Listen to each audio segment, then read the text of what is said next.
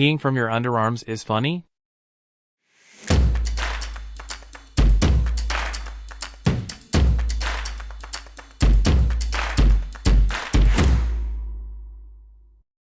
Hi everyone, wishing you all a nice week ahead. Your boy Al is here with Kaiju No.8 Episode 2 review. At first we see a brief flashback between Mina and Kafka during their younger years before returning to the present timeline. Mina briefs her 3rd Division comrades about the kaiju spotted at a hospital and emphasizes the urgency of defeating it. The news about the kaiju spreads across Yokohama through alarms and news broadcasts. Meanwhile, Kafka tries to convince the old man that he's not a dangerous kaiju, but fails. This prompts Kafka and Reno to leave the hospital to avoid causing further panic. At the same time, one of Mina's troops informs her that the kaiju has left the hospital and is heading for an evacuation area. For some reason I expected this anime to be more serious, but it seems to be full of cliché jokes, which isn't a bad thing either if done right. Also looks like Mina used to be pretty cheerful, so I wonder how she ended up being an ice queen. We see Kafka and Reno flee towards the evacuation area, with Reno pondering Kafka's situation. Reno questions if Kafka is truly the kaiju, to which Kafka assures him that he's himself despite some strange bodily changes. After a humorous exchange, Kafka and Reno discuss Kafka's potential to join the defense force, considering their mission to exterminate kaiju. Upon reaching a cordon, Kafka senses an enemy kaiju nearby and identifies it as the same one they encountered in Episode 1, a Yoju. Reno suggests they hide at the cordon and let the defense force handle the Yoju. Meanwhile, Mina and her troops pick up on the new kaiju's tracks. The scene shifts to the Yoju attempting to attack a little girl in front of her mother. Kafka arrives and intervenes, knocking the creature away. He and Reno assist the child and her mother, despite the child's fear of Kafka's kaiju appearance. Kafka having multiple forms was a bit unexpected to me, but it opens up the road for giant kaiju fights, where Kafka will take a giant form to fight against other giant kaiju. Also, I wonder if joining the defense force is so important to Kafka, then why was he making excuses? Next we see that the Yoju reappears, but Kafka swiftly destroys it with a powerful punch. He reassures the little girl that the defense force will arrive soon and then leaves.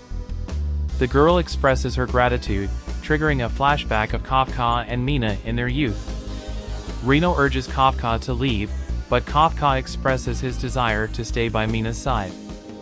Moments later, Mina and her troops arrive, and she assures the little girl of their commitment to exterminate all kaiju. The girl mentions not to harm the good kaiju, puzzling Mina. Later, at Kafka's workplace, his co-workers watch a news report revealing the Defense Force's new designation for Kafka's kaiju form as Kaiju No.8. If Kafka can destroy a normal kaiju with just one punch, then that means his strength far surpasses any normal kaiju. Also, Mina's look imply that people treat kaiju as wild creatures, which is interesting because the kaiju that entered Kafka was clearly intelligent enough to talk, and there should be others out there like that one. Moving on, we see Reno enters the room and reflects on Kafka's situation, mentioning it's been 3 months since the incident. He notes Kafka is the first kaiju to elude the defense force's capture. Reno's boss interrupts, informing him and Kafka about receiving mail.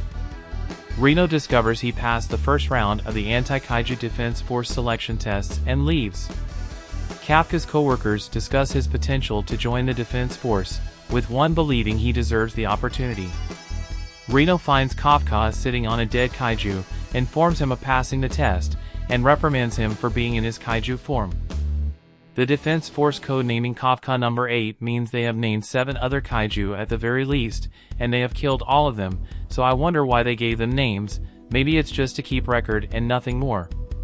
Also, Kafka better stay away from the defense force, because it seems he is the only one who survived their grasp. Then we see Kafka apologizes for still adjusting to his powers despite having them for a while. He mentions his consistent success in the first round of exams but struggles with the second. Despite Reno's concerns, Kafka resolves to take the exam. However, Reno sees himself as a rival and doesn't intend to assist Kafka much with his issues. Let's be honest here, We all know Kafka will somehow end up joining the defense force even if he fails the second exam, but I hope he will pass the exam and join normally, because I'm tired of the failing trope. At the end we see that after 10 days, Kafka and his companions reach the West Tokyo venue. Kafka shares information about the nearby base with Rino. A girl named Kakoru Shinomiya approaches Kafka and requests him to move his vehicle, but he declines. Using her suit's power, Kakoru effortlessly moves the car herself. Introducing herself, Kakoru expresses her enthusiasm for killing kaiju and comments on Kafka's scent.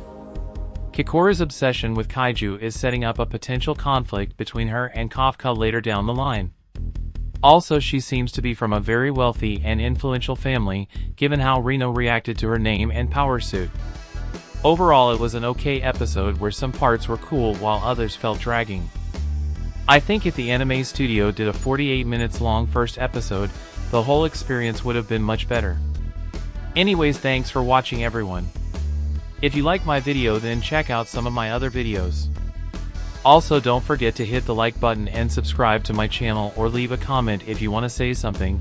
You can also follow me on Twitter and Instagram, or check out my Facebook page. Links are given in the description. Until then, see ya.